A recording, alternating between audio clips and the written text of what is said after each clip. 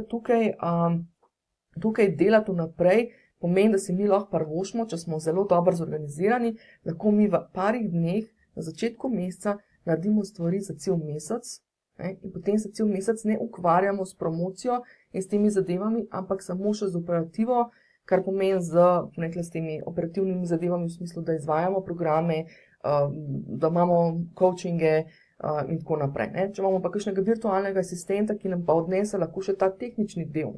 To se pravi, eno je, da mi spišemo, da mi naredimo neke osnovne zadeve, virtualni asistenti oziroma mogoče tudi kakšni bolj marketinško usmerjene osebe nam pa lahko te zadeve v bistvu potem tudi pomagajo speljati. Ampak tista neka osnova seveda mora prihajati od nas in iz naših teh direktorskih odločitev, kot jaz temu rečem.